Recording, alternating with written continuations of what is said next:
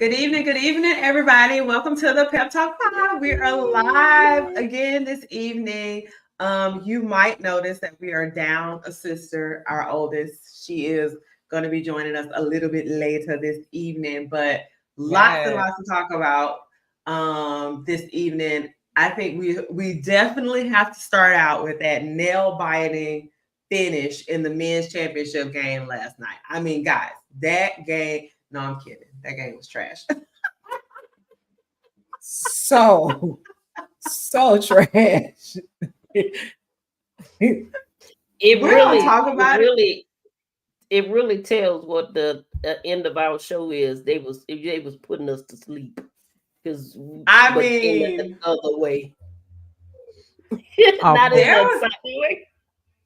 there's a conversation that's happening on Twitter, and I think we need to talk about it a little bit later. That really deals with like whether, because men's college basketball is literally the only level of basketball that has halves anymore. Everybody else does 4 quarters, and men's college basketball does the 2 halves. I personally don't find it to be enjoyable as a product. Oh snap! But what do y'all say about that? I think I'm just so used to the game was awful, but I think I'm just used to the halves in college basketball. I don't know. I guess I don't really. I think it would be good to break it up into 4 quarters, but I guess I don't really have a gripe one way or another. I do feel like they kind of run out of gas, but what I notice is that they take a lot of media timeouts, and they have all the timeouts to kind of break down some of the fast game. But I haven't. I don't know what you guys. I don't really have a gripe about it. Well, I really don't pay it any attention for real. I just go. I just go with the game. But last night it probably should have been broken into 4 quarters. It should have been broken into 8, sis. 8 quarters, or maybe 1, because it was a snooze fest. It was so bad. I just think honestly, because when you have 4 quarters, obviously you have the fouls reset every quarter, right? You don't have as many media timeouts. Also, I feel like with 4 quarters, there's more opportunity for momentum shifts in the game. I don't know. It's just something about going into like the 4th quarter that just amps up the intensity of a game. So to me, I'm just like, I don't know. But I mean, honestly, it really showed because the game last night had about 4 million less viewers than the women's final. But let's go ahead and talk about the big game, which was South Carolina capping off perfect season, beating Iowa in their championship, 87-75. Go Gamecocks. Go Gamecocks. All right, Don. A little known stat, that game between South Carolina and Iowa was the most watched basketball game, period. Like NBA, everything, the most watched basketball game since like 2016, which is 18 million. Insane. That's number. Crazy.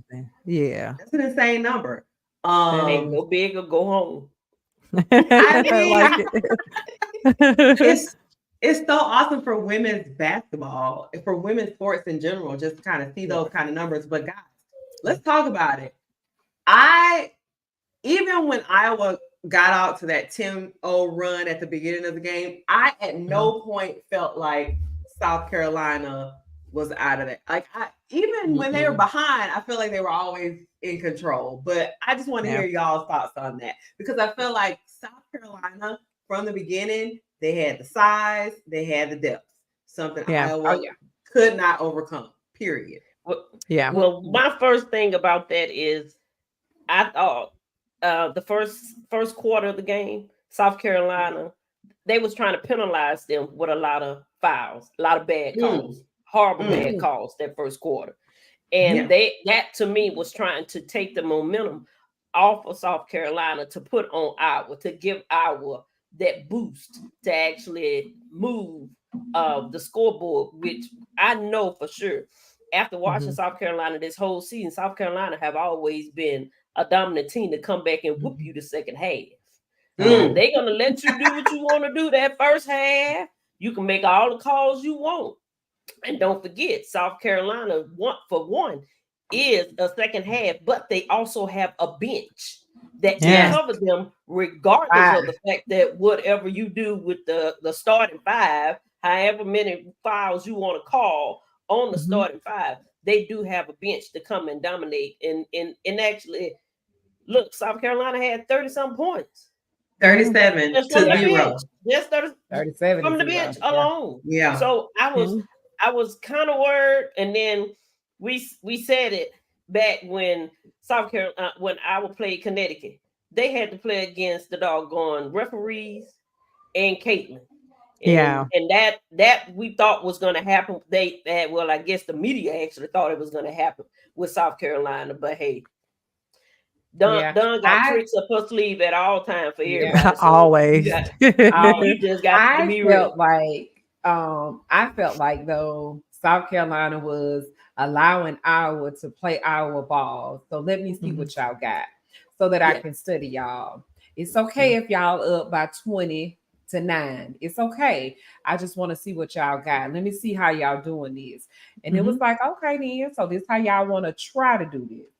Now, let me show you how the game is really played. That's what I thought. I didn't see like the very beginning of the game. Yeah.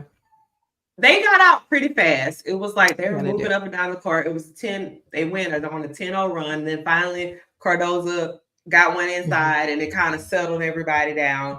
I thought, like I said, I just felt like knowing what they had on their bench versus what Iowa had on their bench, they don't have a Cardoza on there. When you even just saw Hannah, but they don't have a bench at the correct, and they don't have a bench. Literally, they don't have. I mean, 0 points from the bench. They don't have a bench. But I'm saying, like, even watching Hannah Stokey line up against Cardoza in the tip off, it was like, ooh, they are really outmatched. Just size wise, I was like, ooh, this is gonna be bad. About to get outmanned. Yeah, and Sean, you mentioned it about the Connecticut game, and Crystal, you brought up like we felt like Connecticut probably should have been in this final. Talk about that. Yeah, so I was gonna say, my spiel on it is, if we're being honest, Iowa shouldn't have been in this game. I mean, we're gonna go all the way back to West Virginia. West Virginia beat Iowa. And that was actually disgusting to watch how that game played out, because on the scoreboard at the, when the clock went to 0, it wasn't, obviously they didn't get the W, but in real life and in reality, they won the game. Okay. So then we got to pass there. We realized that, God darn, they done slipped past them. That's what set the stage for Iowa in this tournament. We saw then what the narrative was about to try and be. I'm not saying I'm not a big conspiracy theorist or anything like that, but we all know that the American princess was who the mass majority in media really wanted to be on this championship stage. And that's just the reality. So then you see them play UConn. UConn dominates them. UConn's defense literally kept Iowa in a chokehold. Okay. Yes. I will beg to argue that some of the best defense beyond what we saw in that championship game that they have faced was with UConn. I don't know where that strategy came from, but that was, he was literally a mastermind, because that defense was amazing. What were you going to say, Shayna? So, but no, because Gino knew, because Nika Mule, who was on Caitlin, basically had shut her down the whole night. She was in her face. Nika was like, she was taking body blows from her. They were getting into her body, and it started to really wear down on her. And we saw the strategy from Gino, the strategy from Dawn, that we did not see from Kim Mulkey, because you saw in that first quarter of the championship, you saw Caleb Clark rattle off 18 points. Yeah. Dawn said, wait a minute, let me put in Raven. She made that adjustment with Raven Johnson. Raven Johnson held her to 5 of 20 for the rest of the game. She locked her down.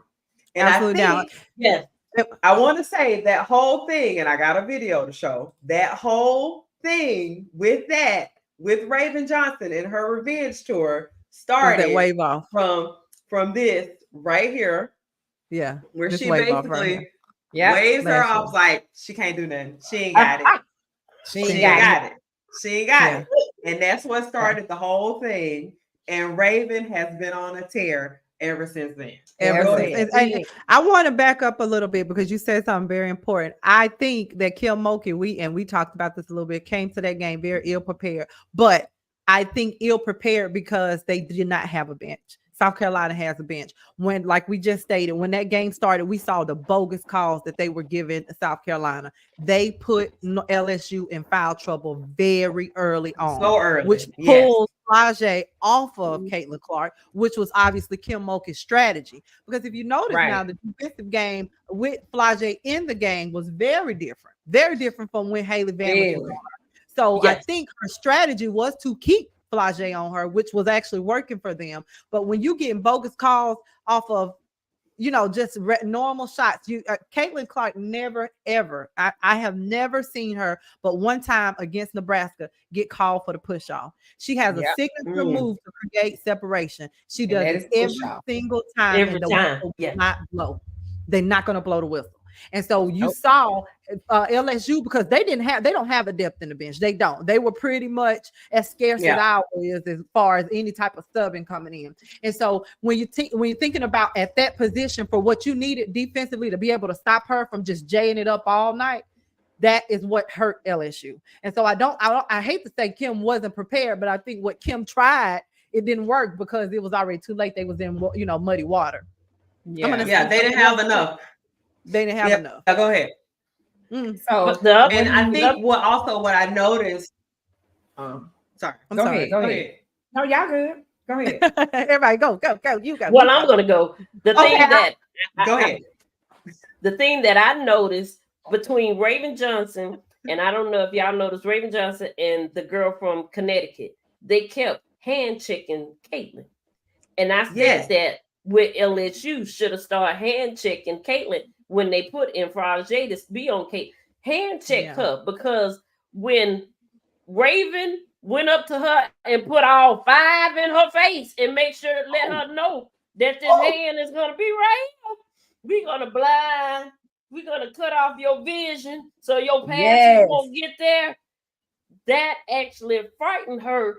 And she couldn't handle the pressure. The other thing is, look how many steals Raven got on her.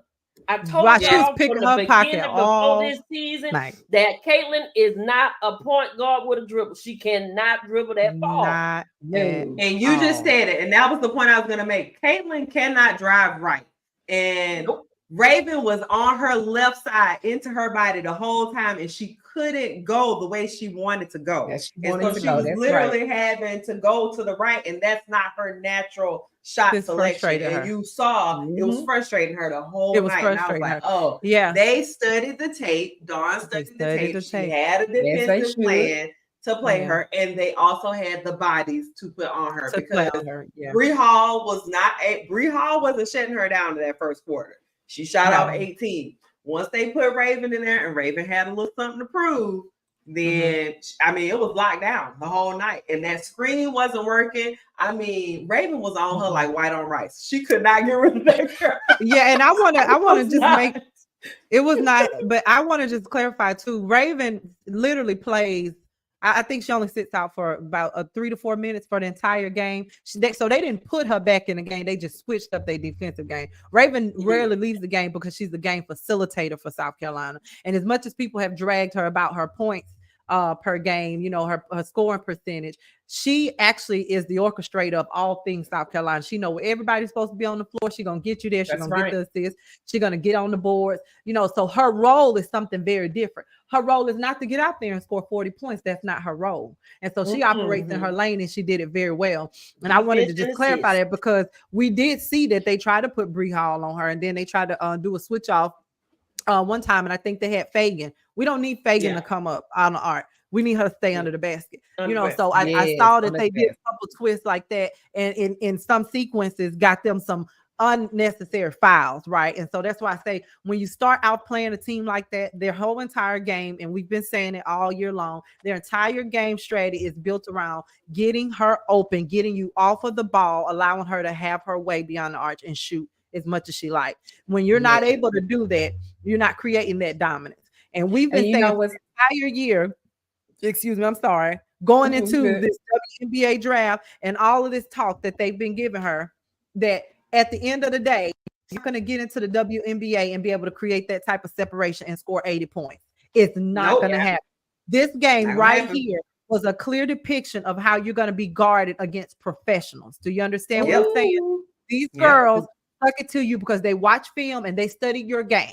They studied your game because they came into last year a little ill prepared. They were undefeated. They had, to me, in a sense, a more athletic team last year. But everybody this year played their role. That's how you lost. Had everybody last year known their role, it would have been a probably different outcome. But here we are. And it was interesting because, like we said, 37-0 bench points. You had a couple freshmen, Tessa Johnson. Yeah. Come in there. Big Wiley come in. Like no fear. She came in from the jump, raining threes. 19 points in that game as a freshman. Awesome. They're just gonna reload because you got Cardozo going to the draft this year. Next season. They could potentially go undefeated again based on what they have on that team. Yeah. And we just saw an article released today that because Dawn was recruiting this 6'5" player that she's obviously trying to use as a replacement for Cardozo, they have created an environmental engineering study major at South Carolina, so that this student could be recruited to South Carolina. So she is recruiting in a major way because the money that she has brought to that university, they ain't seen in their time. Okay, let's be honest. If football ain't brought it to them, and the men's basketball doggone show ain't brought it to them, the money she has brought that institution, they need to create 4 more programs. Okay, correct. Again, the most watched basketball game of any kind in any league since 2019. That is huge for a women's game. Did y'all see Diana Teresi tell Caitlin Clark that she got to level up? Is she coming to play with grown women? She playing with grown women. 18-year-old. You know, but it's the truth because I know, but everybody was kind of hating, and I'm like, how you gonna hate? I said that when I can't wait to see her in the WNBA to see her game shut down because we seen it when they played South Carolina. You ain't finna put up the points that you put up with these children. No. And everybody keeps saying she put up freshmen though. You got beat by some freshmen. But they keep going back to, she did score 30 points, but then we're looking at the point spread for everybody else on the team. She was trying to make this happen because if not, they would have really been blown out of this game. The dominance, and we talked about this too for the last few weeks, but all season long, we have said nobody can beat South Carolina. The only game that almost got away from South Carolina was Tennessee. Okay. Yeah. And that was a way for Cardozo to finish her season, her collegiate career off. Right. I talk a lot of trash about her because I don't particularly care for her attitude. But I will say, I will say she stepped up big time and she was a force to be reckoned with. It was almost like she playing middle school on the middle school playground. She's supposed to be on the college playground with some of these girls. She is literally just putting her arms in the air and bringing the ball down. They couldn't do anything with her. And quiet as kept, they really couldn't do a lot with the girl from UConn or Angel Reese. The boards speak for themselves. She's not going to play any defense. Let's start there. When you're talking about getting into the WNBA, you got to do both ends of the court. You ain't gonna play no defense. You can't run around like this. You can't. Throw me the ball, all night. Give me the ball. I need to get the ball. So, that in itself is going to be a problem. And so, we just got to be realistic here about what's going on. I'm sorry, my kid is literally trying to step into this live. I am so distracted. And she talking. You got to do the signature move for. Oh my gosh! So I just want to go over a couple numbers while we try to get the little one together. So Gamecocks had an edge in rebounds, 51-29. Offensive boards, 18-7. Second chance points, 30-16. Points in the paint, 48-32. And then obviously we mentioned the bench points, which was 37-0. And that's the story of the game right there. They didn't have the size. And they didn't have any help for Caitlin Clark. She can't score all 80 points by herself. Not gonna be able to do it. against that team. Maybe somebody else's No. team she could have. Maybe She coulda, yeah. she could have put up 80 points by herself, but not against Yeah. South Carolina. It wasn't gonna Not against South Carolina. And I'm going to tell you, we honestly, if we would have seen a very similar fashion from what West Virginia did, because we woke up and said, "Oh, West Virginia came with some answers, right?" West Virginia had Iowa out of the tournament. Then we came back and we saw LSU in Iowa, and we said, "God, dog, this game looked totally different." Why? Because now you got 3 key players that got 3 fouls before the half. That's problematic. That is very problematic. And I keep going back to that because you're not going to get all these passes like this. And if we do, we understand what the stage is all about. But you have these players that actually are going to play defense. You cannot stop them on the boards, and you don't have anybody on your team to be able to respond. If you do not get these key players in foul trouble, you can rain threes all night long. You got these players in here to play some defense, get a hand in your face, and force you out of your shot. Every time you're going to have what we saw this weekend. It's every single time. Said, no. Not happening with us. And you notice they kept on trying to get in the psyche of South Carolina. They would get these bogus calls, and when they wanted to get frustrated, they just clap their hands. That right there says that their coach has trained them for that moment, because those calls that they were getting at the onset of that game, and you already down by 11, can be very, very frustrating. Do you understand what I'm saying? It'll switch the whole trajectory of the game until you call a timeout. But they were trying to get them so frustrated with those calls.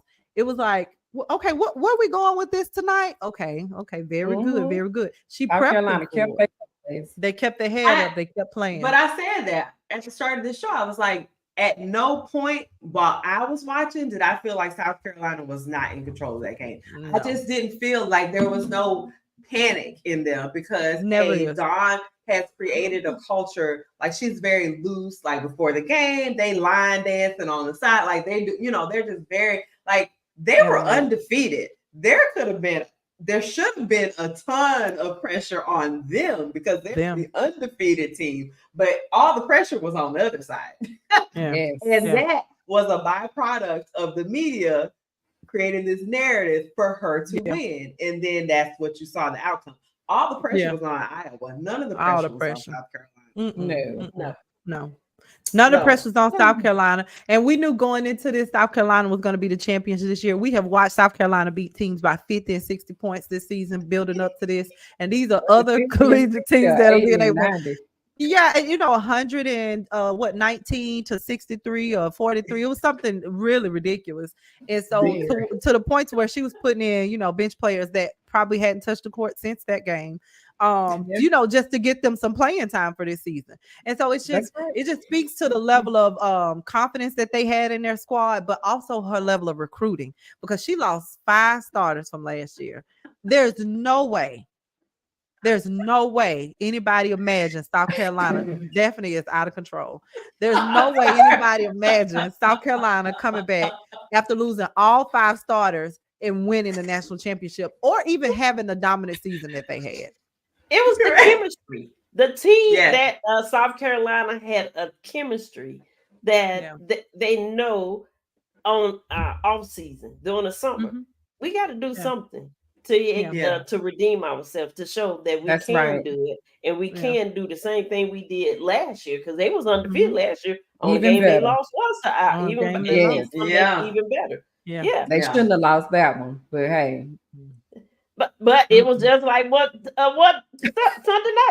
game was going to be. It was going to be them and the referees. When you play a championship game, I can't play against the ref and the team actually on the field, on the court, actually dribbling against. Because y'all, I don't know who that woman was that was on the sidelines. She had short hair. She was one of the refs. But the same bad calls that she was calling against South Carolina, she did the same thing against LSU. When they played LSU, when I played LSU, same bad calls. Bogus calls that take your key players out the game for 8-9 minutes. Game that I will play in this March Madness that Caitlin Clark get called for a push off with that left hand. Not one time. She did not get that call, and she kept doing the same move. I think she didn't extend her arm. It's a signature.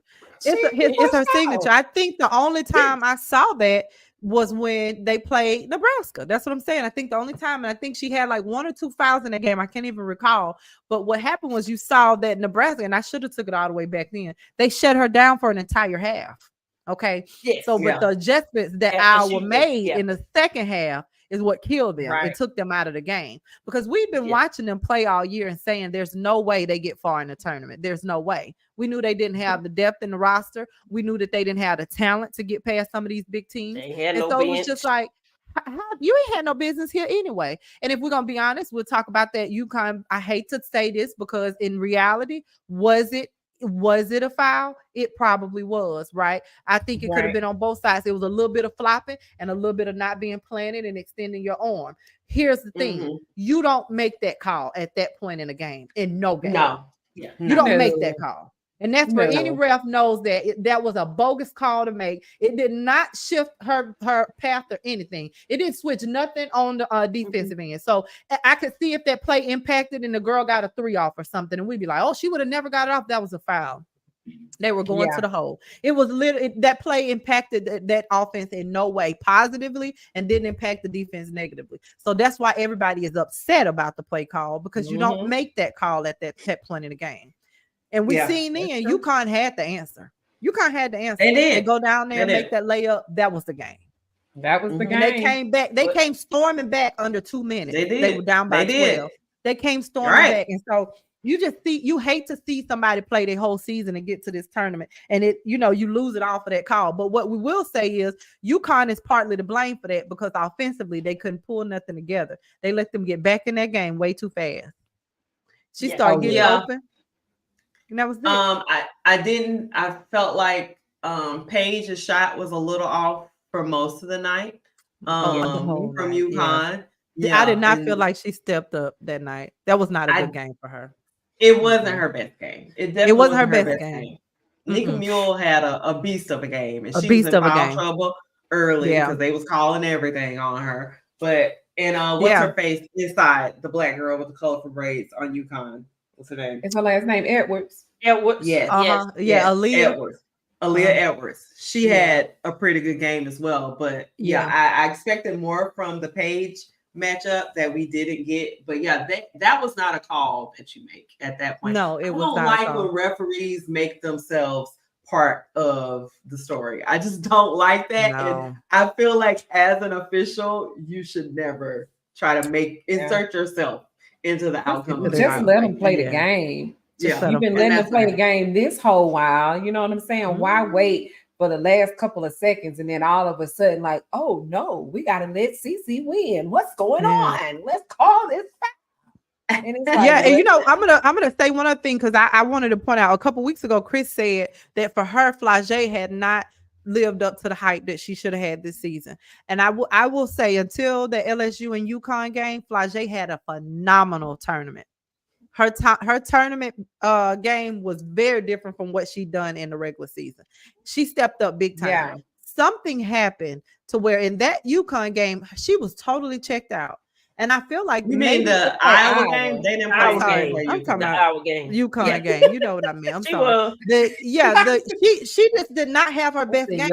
She could have dominated driving to that hole against Iowa. Y'all play too much. Y'all knew what I was talking about. Flagey could have dominated. They cannot hold her defensively. That would have been the game to dominate the way she's been dominating. She had been dominating in the tournament. She had a phenomenal tournament that would have helped her close this season out really, really well, because it was night and day from the regular season. We even looked at her shot percentage. It was different. But man, that game for UConn, it was like Paige Becker to me. I mean, that game with Iowa and UConn and Iowa and LSU just didn't show up. She didn't show up. Hey. So I'm going to insert this little bit right here for the people that say, oh, football season is coming up. Nobody is going to be watching any more sports since basketball is over. The baseball season has started, and Alabama State is beating Auburn 3-1, baby. 3-1. Wait a minute. Wait a minute. And don't forget, Southern beat LSU 12-7. Did Are we actually okay? So maybe I'll talk about the gymnastics meet then, since we're right. going I'm on. about to say, wait a minute. Roll We got a whole Tide. lot of Roll Tide. Women's gymnastics. Alabama is in the dominated gymnastics final. Yes, thank you very much. Yes. But Gamecock. For SEC squads. But anyway, all right. So it was so interesting to me. Again, we talked about this whole narrative throughout the season and all this great stuff, and how all the pressure had kind of shifted to Iowa because of, I mean, let's just keep it a buck. She was the great white hope to elevate women's sports all over the land. And I don't think she did that to me. I don't think it was up to her who actually did that. So why in the world are they making such a big deal regarding her? I think it's for people that didn't watch Great White Hope. I just think it was for people that didn't watch basketball or don't watch sports. Like we've been watching sports for so long. Like correct. So it's kind of annoying to us, yes. But for the people that don't watch sports, and it's like, oh, who she is, where she come from. So now I'm a tune in type of deal. Well, so here's the thing. Go ahead. No, truthfully, working in sports, the goal is to attract the casual fans because you already have your hardcore fan base. They're going to stick by you, whatever. But the goal as you are growing your sport is to attract the people who don't watch regularly. And like we said, this is the most watched basketball game since 2019. So you can't really not give her some credit, even though we might be annoyed with the narrative that was created around it and sort of like all of these different, well, I mean, what's the future of women's basketball now that Caitlin Clark is gone? Like the whole sport is just going to die off because Caitlin's not there anymore. And I don't think that that's fair because I also think with Caitlin, you still had more stories to talk about. Yeah, you still had other teams and other storylines that you did not hit on because you guys focused all your attention on her. But go ahead, on one person. Go ahead, Crystal. To me, that comes to the people who's in the big offices, the people with the big medias, who was causing a lot of that. Caitlin, because like South Carolina last year team, LSU last year team, when they actually won the championship, they got the big NIL deals before Caitlin got her big NIL deals. Correct. So what was the difference? And it's because, and I hate to take it to this, but to me, it's the white media over the black athletes to me. Yeah. And that's my point.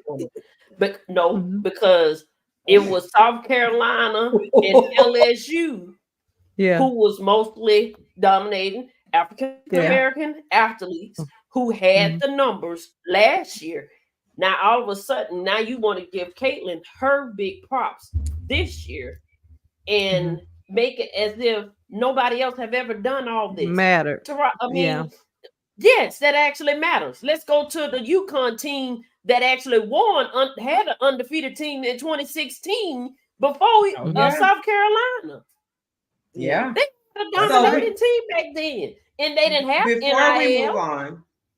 Before we move on, I got to bring a special guest to the stage to join the show.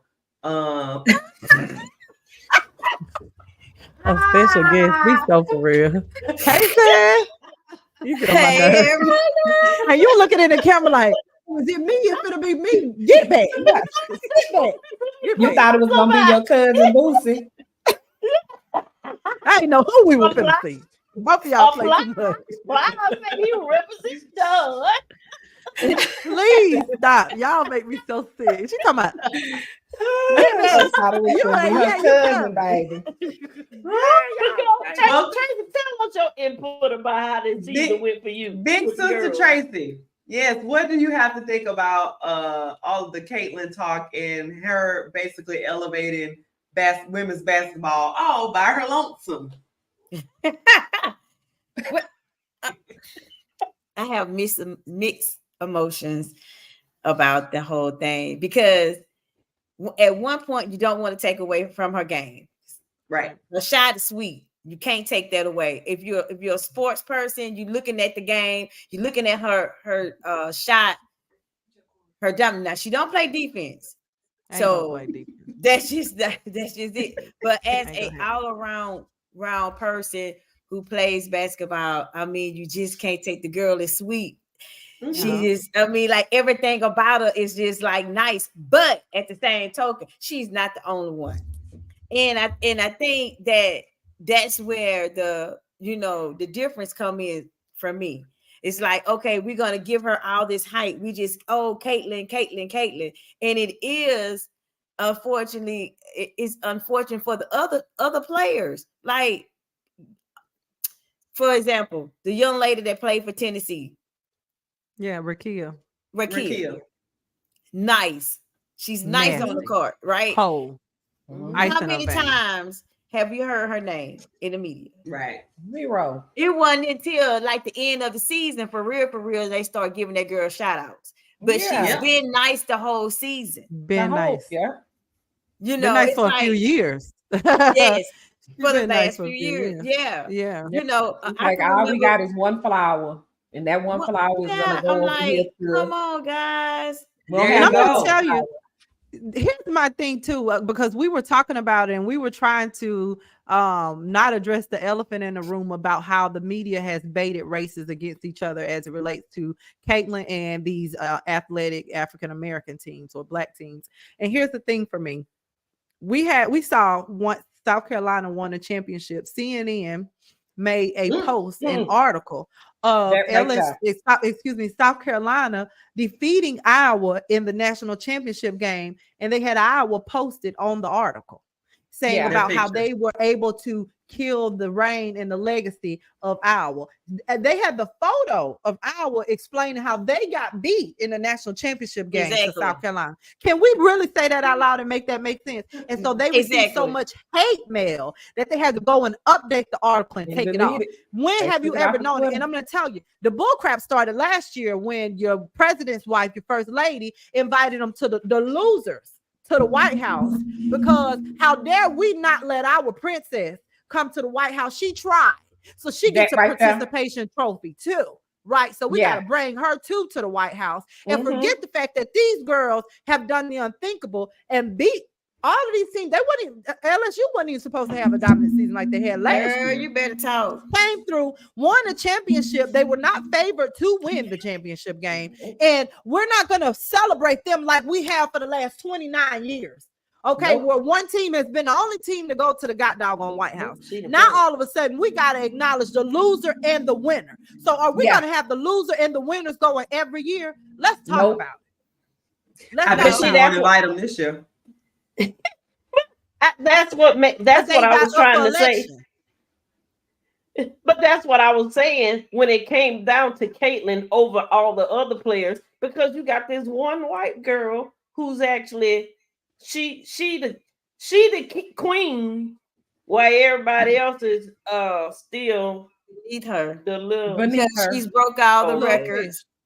She broke all the records. She dominates. She did though. Honestly, if you want, and it's unfortunate. Like the game between Iowa and LSU, 1.2 million views. That game alone viewed more than any of the males March Madness televised games ever. Right. Yeah, we hit just that game. That's so unfortunate that they gave this girl so much clout till they were now they're saying the women basketball is now more dominant than the men basketball tournament. Where have that ever been?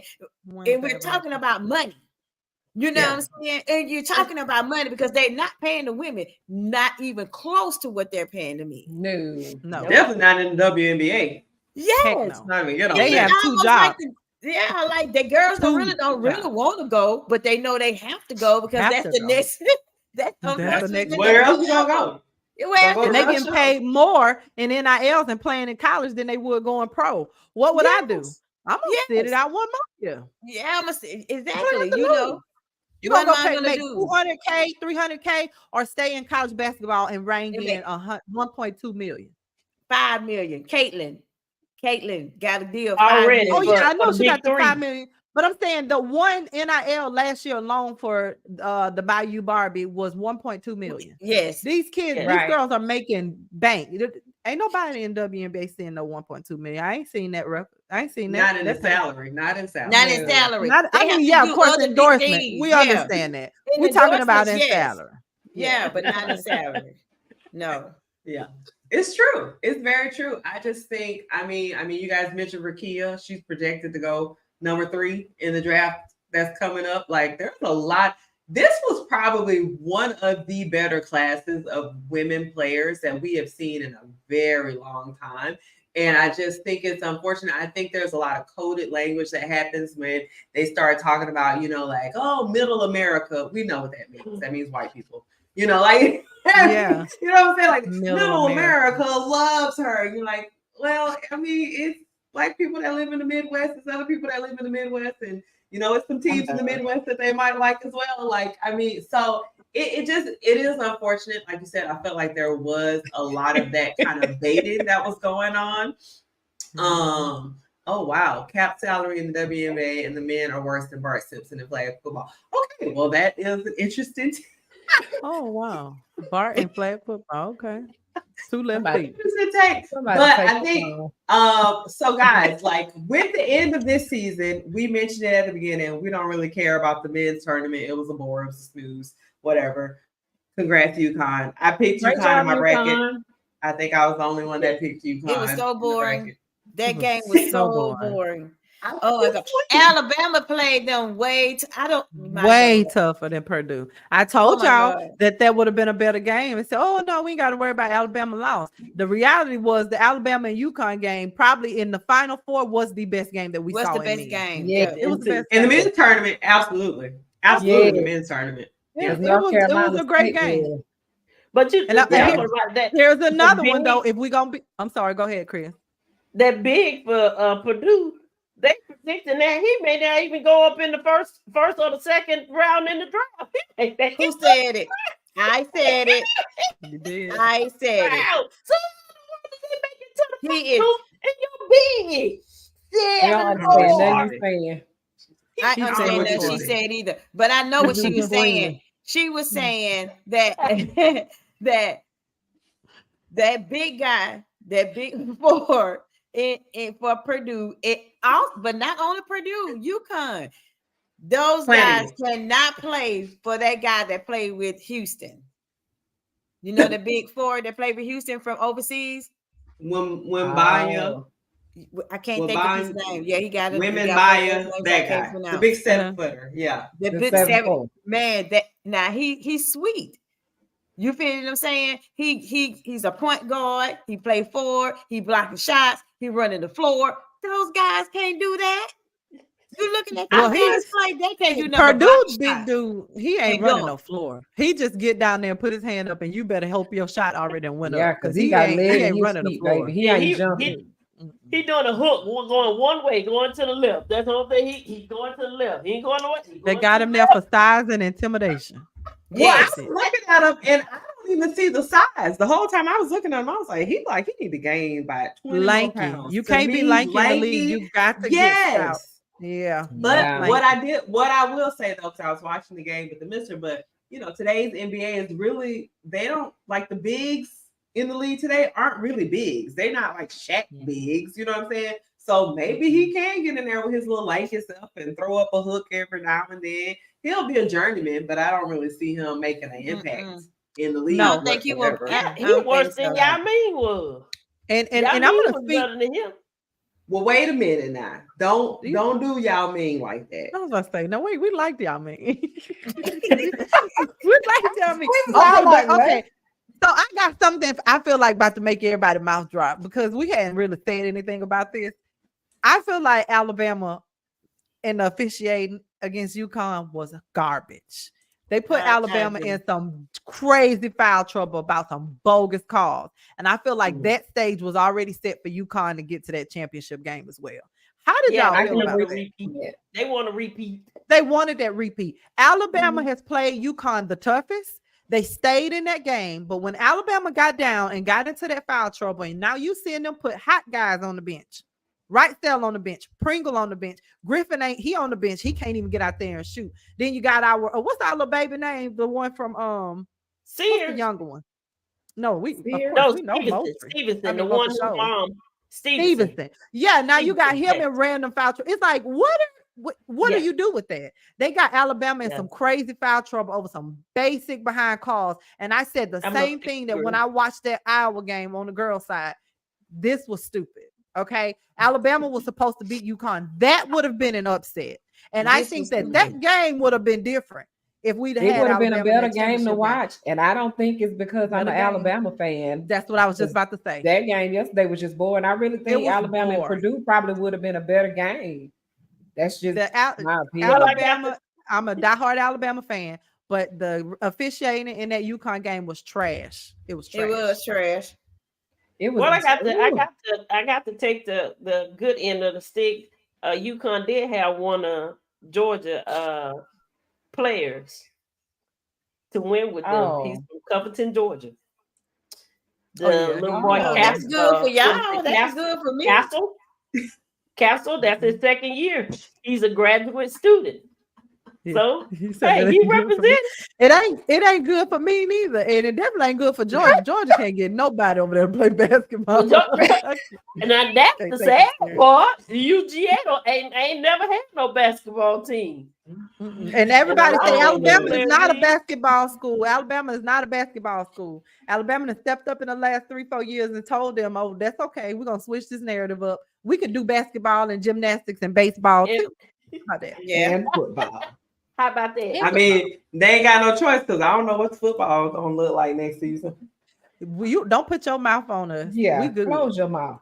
Hey, we gonna mute her mic. Did y'all hear about all the transfers, Porter, that the women's basketball have over 6 girls? 900 girls. I was just corrected. Over 900 girls. Because players don't want to go play for certain coaches. They realize the opportunity for them looks different with these NILs and coaches actually meeting the players where they are. Dawn, I like her punchlines. You got to meet these girls where they are. You got to let them show up and be who they are. Okay, because you're expecting them to play your game. So what is going to be your compromise? Who hit the microphone just now? I don't know. No, ain't nobody hit no mic, really.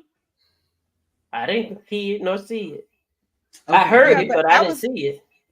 I was saying that I really think that this whole thing, Don was talking about uncommon favor and understanding how to meet the girls where they are. I think that's a problem with a lot of coaches because the old style told us, no, you go there and conform to the system. But if you get them to buy into your system, you could do about just about anything. And that's what Donna showed us. She said they had attitudes. They weren't reachable. They weren't returning phones, calls, text messages. They were awful last summer. She said they were awful. So this is about meeting them where they are and getting them to buy into what you're selling. And that's big. I think that's what we're seeing with this transfer portal is all these girls now are like, I ain't got to sit over here and take this. I can go. Yeah, and the NCAA is looking, and I think it's probably going to happen. They're going to adopt new legislation that's going to allow all undergrads to transfer and play immediately. They're not going to have to sit. If they meet the academic requirements, they literally can play as soon as they get there. So I think that that's really about to change up college athletics as a whole, football, basketball, like across the board. With that, if they adopt that policy, which they're supposed to be having a meeting on that here coming up in the next few weeks. So let's talk about that because that ain't really finna switch much up besides somebody having to pay for summer school. These athletes been leaving these schools. They go get enrolled in the summer. By the time fall hit, bam, baby, I'm on the field, I'm on the court. Okay. They've been doing that. You just got to learn how to play the system. Now they don't have to play the system no more. They can just sit where they at, have a break, and they can go start playing. That's all. They've been getting these students. Listen, the season just ended 3 days ago. Somebody is going to be on somebody else's campus by next Friday. Okay. That's what we understand about what happens when we recruit. Now you don't got to do that no more. Okay, you don't got to do that. We don't got to make you show up for summer school. Very well. Now you can come in August or September too. We'll see you then. That is so beautiful though, because it's like, man, you build a rapport with these students, and you build a rapport with the parents and everybody that comes. You buy in, you get a buy-in for your child to get to this level, and then bam, it don't go like you expected it to go, and you don't even put in the fight. No one putting in the fight. Everybody everybody's trying to go to a winning division. You know what I'm saying? Nobody willing to put in the work. Who's gonna stay there and put in the work? You know, everybody want a participation trophy. Nobody. Ain't nobody dealing with that no more. Just trying to get money. Nobody. They out. They so, I mean, the old ways are gone. And hey, we'll talk about it when we've talked about it. That's why your Sabans of the world, you either gotta adapt or get left behind. And that's because the game has changed. Yesterday's price is not today's price. Okay? Yeah, at all. That's right. Period. You say, no longer do I have to take your 25 and 50K under the table with a new ride. I could put the money out front. Show me the money up front. I need the front. Okay, front me the money. you look at how much money these athletes bring these schools, bring these towns like Tuscaloosa and places like Alabama. The billions of dollars they're bringing in. I mean, can you blame the kids for being like, I want a piece of that? Absolutely not. But no, I think is it perfect? No. Could there be some things that could be changed? Absolutely. Yeah. But they're still figuring it out, and I'm not going to begrudge any of these kids getting their money. Now they're sacrificing their bodies. No, absolutely not. No, because everybody get paid except the kids. You think about it, and they're the one that doing all the hard work. They're doing most of the work. Yeah. Then what happens if they get hurt and they don't even get to the league, to the next level? With all your conditioning, your training, all these years you've invested in the sport means nothing? Exactly. That is so true. So I want my baby to get out there and get some money too, but she got two left feet, so here we are. Guess I won't get it. Okay. All right. Well, it was an interesting tournament. Congratulations again to Dawn Staley and the Gamecocks for their perfect season, undefeated, national champions. All of the women out there, the South Carolinas, the LSUs, the Iowas, for elevating the women's game, because this tournament on the women's side was just absolutely so enjoyable. The first time that the women's tournament has really outshined the men's, and we love to see it here on we're here for it. We're here for it. We are here for it. Girl power. Yes. Yeah. Very well. So on the way out for tonight, I got us a little bit for our Amos segment. Have any of you guys? No, this is good. Yeah, you said that last week. You said that everywhere. You see how I'm looking. And I look back on myself and I'm on here talking about playing air drums. Like, what the heck? I played air drums last week. So don't tell me this is good. Don't tell me you were playing them too, sis. And that's the clip she puts up. So leave me alone. I mean, but how could you not be moved by that drum solo? I mean, come on. That was top tier. That was my first time seeing the video, but you and Sean had to watch that video more than 5 times. What? Y'all was out drumming it up. And me, Crystal, and Tracy was like this. Melissa, your face was like this the whole time. I couldn't believe it. Because it was just so loud. I mean, it was chaotic. Every time he started another spread, I just go back in. Like, what was that? Between him with the drums, and the smoke, the diffuser with the smoke, her playing the keyboard in a gaming chair and rolling back and forth. I thought she was about trying to outsing the drum. It was so much going on.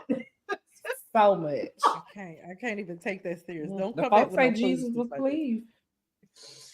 Yeah, some of the comments for shout out to Fabrice said that the spirit had moved through that sanctuary and Jesus was pleased. Like I said, the drum solo rose Jesus from the grave, helped him. He was alive. He was risen. It woke him up out of his. No. Anyway, guys, how many times have you gone to a hair salon and had a You finna get on my nerves. Is this what I said, y'all? had Missy ain't looked at it yet. A terrible experience. Raise your hand if you have gone to the salon and when you came out and been like, what the heck? Can I raise everybody raise both with my head? I mean, back in the day, I gotta find some photos of some of the hairstyles we used to wear back in the 90s. Tracy, you had a couple of asymmetrical. Crystal, you definitely had a couple of asymmetrical head, black girl mullets with the short up front, kind of long in the back situation. You remember them days, right, Crystal? She acting like she don't know. You know what your hair look like. Long on this side, short on this side. Hey, Crystal knows she had that salt and pepper. Don't even try it. We all had that salt and pepper. Spinderella. Cut it out. Probably had my salt and pepper in the Jerry curl. Comical. So the roller sets, girl. Some of them, girl. When I tell you that pink sponge roller used to have my bangs booked. They was all the way, tight. It would never fall. You said the speech, went through church, came home, did East and Hunt, and that girl did never fall. Wait. If you did an East End Hunt and your hair didn't move, what were they putting in your head? Them damn sponge rollers. I'm sorry. And it wasn't. I didn't even have no holding spray on it. It was literally just the roller with some grease. And when I tell you, baby, my bang was all the way up here. Yeah, yours was lifted up off your head. Why was the bangs always back here? Hey, and it didn't have that indention in it from where that roller was. That roller was. And it flipped over that line across. Yeah, that was high and lifted up off the top of your head, shining at the light of his glory. Only that bang. You know what? Only Sean. Tongue in his spirit in love. Oh, yeah, it was good. No, definitely said Gorilla Glue spritzing. We didn't have any of those products. None of that. We had some pump it up. That was free. Was it? Yeah, we had pump it up with them freeze curls. Well, pump it up came with waterfall, but it wasn't in the tuck curl. Ooh, I couldn't stand them scrunches. You had to have one bottle of pump it up for the French fro with the stuff coming off of it. No, baby, you need a whole bottle for that. You had that gel and that pump it up when you did them finger waves. The scrunch. Yes, I used to have that. Oh my god, that was You definitely had your finger wave era. Please don't pull them pictures. Yes, out. You were way too young for that hairstyle. Your mom tripped out on that. I didn't have no finger waves, but I was doing some finger waves. I'm talking about Shayna. Shayna.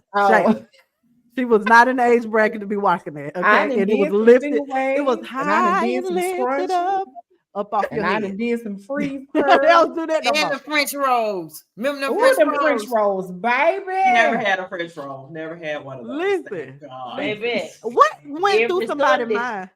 Every Saturday morning, getting ready. Hey, I ain't gonna say nothing. And that's doing them hairstyles got me through some things when I was pregnant with my first baby. Because baby, every weekend I was booked. I was booked every weekend. Yes, you was. You used to do some hair messing, but I didn't know what was the logic. You used to do some hair. What was the logic behind? Oh, you remember how you started doing them little cornrow things? Oh, baby, you was popping dead because you one of the only ones really knew how to do that little style where you put them back there in the front. You was hooking them up with that one, girl. You messed it up with that boy. You was tearing them up. Get your money with that little $15 style. But anywho, what I don't understand is what was the logic behind somebody that did the finger wave, glued it to your head, then said we need to stick a comb under there and lift that up and put some air in between the scalp and the finger wave. What was the reason? Scrunch. That was a scrunch. Why did that need to happen? No. You talking about the bump? No, when you did the finger wave and then you stick the comb. They lift them up. Lift it up. Oh, that scrunch. Oh, yes. You just wanted that height. Some height. You want some height. Some people just wanted some height. For real. Please. Girl, they was putting hair in there, socks in there. Hey, no. You remember putting the rollers on that on that ponytail, that weave ponytail, and popping it in the microwave. Oh my God. Oh my God. Yes. Oh my God. We definitely the whole house was smelling like the salon. You got hair all in your food. And listen, my sister, my oldest sister, she would always find me some Caucasian women. They said, "Oh, can you do their hair?" And I would do their hair, and they'd be like, "Ooh, this the best. Ooh, can I come back?" I told you, you were hitting them across the head, baby, honey. You had hit you a lick down there, with them hairstyles, baby. You was booked and busy before booked and busy. Let's be clear. You was booked and busy. I was busy, baby. I was busy. You were. Yeah, you had that blue car packed down with that kid. These kids don't know because these kids nowadays, they got bundles and stuff, baby. When I tell you we was pulling out that Milky Way out of them packs, that synthetic hair. Milky Way was expensive too back then. That was the good hair. If you think about it, what was Milky Way was the good hair. Wow. Get a load of that. Okay. So speaking of black hair and black hair salon experiences, I used to have, there was an older cosmetologist. Sometimes, remember when you were younger and you had to go to the neighborhood stylist that sometimes was a little bit older, hadn't updated their styles quite with the times. So then you would. I refuse to call the name. Don't y'all say nobody's name. Don't y'all say nobody's name. You better. I ain't gonna call nobody's name, but honey. Oh, we got some names, but we ain't gonna call. I don't you say it. Just say spit and blow. Spit and blow. That's what you say. Spit and blow. Don't you say that. Leave me alone. But this poor girl still got a pressing comb. Oh, I definitely got a pressing comb. Who don't have a pressing comb? We're black. Me. Anyway. Oh, that's right. You ain't never did no hair. You ain't never did facts. Big facts. Oh, take that down. Who called the names? Oh, Jesus. Okay. I can't stand these chairs. Hey, out of order. No, we said no names. No names. No names. Please leave us alone. I would like to share the experience of this young lady, and we could talk about what she needs to do after. So let's just take a look. Jesus. I just got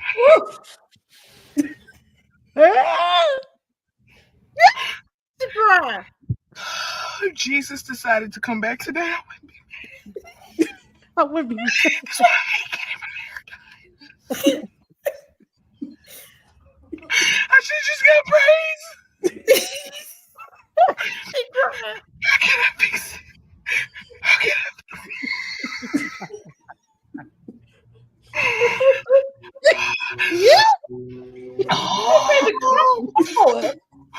be a black woman, they said. I'm gonna fix it. Do I just wear confidence or?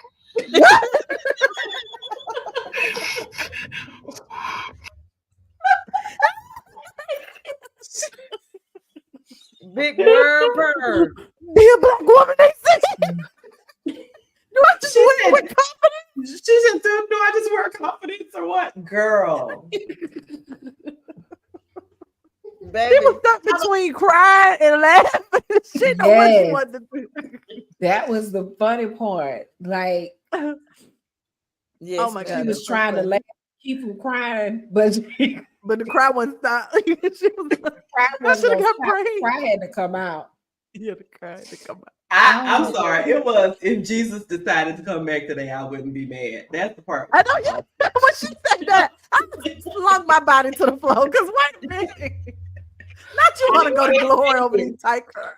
She can go home, go to sleep, and wake up tomorrow, and them curls will still tomorrow. be She can wake up on Saturday, and them curls still gonna be tight.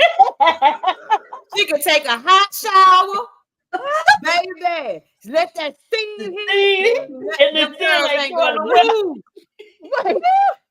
I said tight.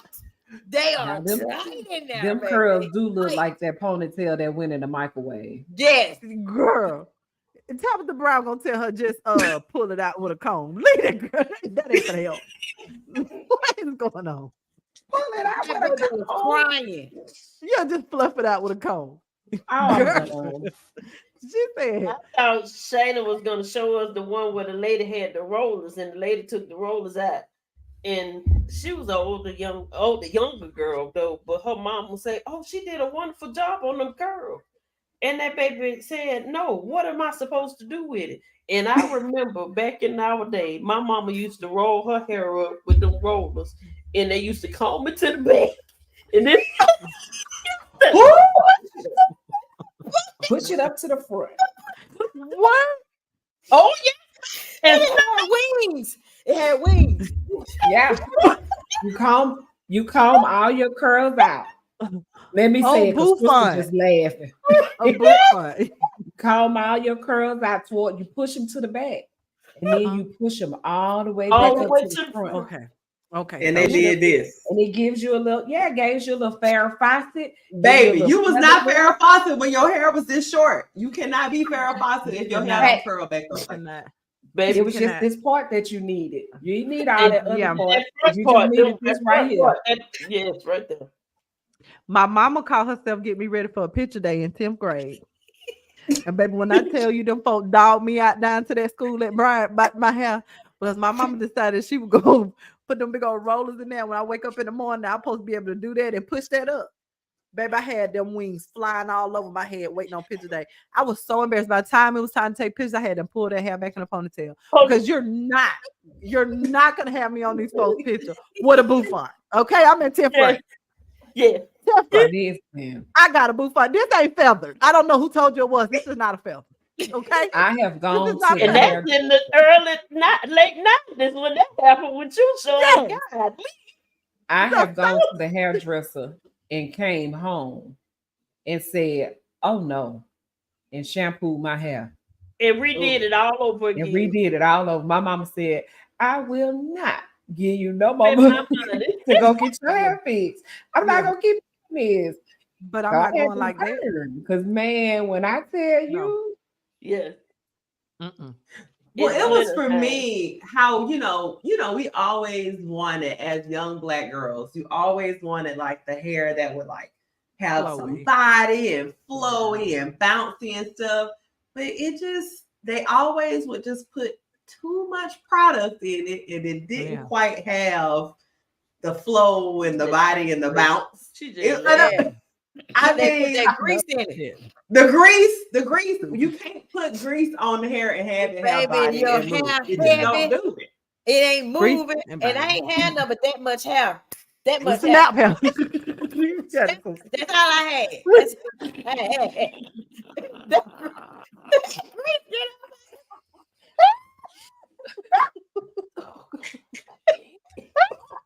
Y'all giving me a headache. Y'all making my stomach hurt. And ain't no reason you put no grease on no snap hair. Now it was Blue Magic special. We had Blue Magic, baby. All our life. But why we put Blue Magic on the scalp and then turn around and press somebody's hair? With that heat, frying it up. Burn that grease that burnt your whole scalp up. Frying it up. And me like and some food. Johnson trying to pinch this piece right here, y'all. She pinched it. Oh, that lip and blow. Then they tell you that a lot of times, so that's just the steam. No, you burnt me. That's the cone. It's not growing back. Oh, that's just the steam. No, when you feel back after that little piece of hair is brittle. I am so happy that they tell you now to put the spoon over your ear, because all your top of your ear gonna get burned. So they have little cups to put on your ear when you're sitting out in the hairdresser. Because baby, all this was burnt. Skin gone up. Baby, from the relaxer. And right here too, will have a mark on your forehead from getting burnt. Yeah. I'm telling you, child, show up Easter Sunday, got a scar on your head. Naked ear naked, ain't got a bit of skin on the top of your ear. You don't need to know. I just thank God for deliverance. I thank God for deliverance. Praise God. That was a war wound. You wasn't doing it right if you didn't have no skin missing for Easter Sunday.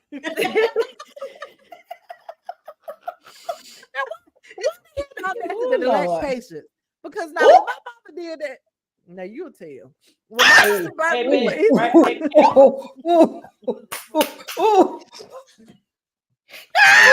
A lot don't care who tell it. Showing them flat iron and then shaking hands like your daddy. Right back in the back of her neck. That mean you was moving. Like my mom used to tell me, sit still. Sit still. No, I was about to say, touched my hair. Yo, why you ain't never have a person that had a good attitude with the hot comb and the flat iron? Everybody angry. Sit still before I burn you. What? That's not supposed to happen. So definitely wasn't sit still. That what happened. That my story. That definitely have had some hair moments. Sean, I believe you, because when I did her hair, she cried on me too. Oh, she did cry. She was tender-headed. Yeah, tender-headed, and then thought she knew how to do. Chris, can't nobody hear you. Why you can't hear me? Is your mic going out? That's what you sound like. You did. Plugged up.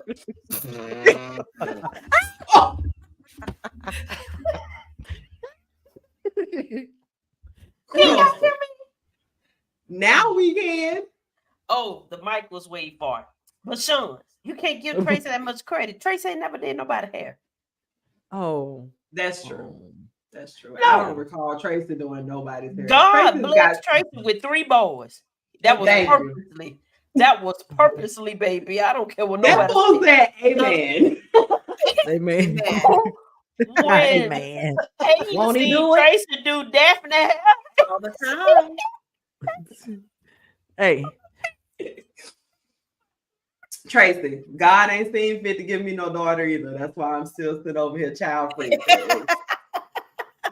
Listen, I tell you right now, Daphne and Haley need to hush, because y'all hair was always together. You hear what I'm saying? You understand what I'm saying? I was raising 2 little girls in high school. You hear what I'm saying? Y'all always look put together. Don't come on here complaining now. Okay? Right. Y'all was clean, intact, and fed. Don't come on here coming for me. That's right. I did the best I could. I did the best I could. Okay? Loading up 2 little babies in and out car seats at my basketball practice. Yeah. Don't bother me. I was doing the best I could. Make sure I give my children hair before I sent them to anybody, because I ain't want them to have to pay. I did the best I could. Okay, I was a child myself. Don't come on here coming for me. Crying. Baby, that's your hair like his daddy. Daddy put our hair in one ponytail and sent us to school. We were glad when Mama came back out for a trip. Because, baby, that one ponytail was leaning to one side and it's supposed to be in the middle. And I believe I'm the only one that didn't care. Ooh, that's horrible. I ain't bit more careful. What? Oh, you ain't care how you look. Just gone. No. Just gone. Girl, Tracy was a tomboy child. She didn't care how boy. Just gone. Oh my gosh. I'm so glad I didn't experience that with you all. Just gone. I just didn't. It is what it is. Baby, yeah. So I thought I could do Daphne hair the same way, baby. I had that ponytail cut to the side.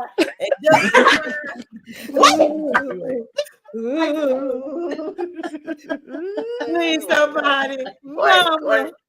Tracy, What about when Daphne had come down there and Connie them had to braid their hair? Why was Connie's signature to start back here and braid the turn head all to the front? What was that? And it was looking like this,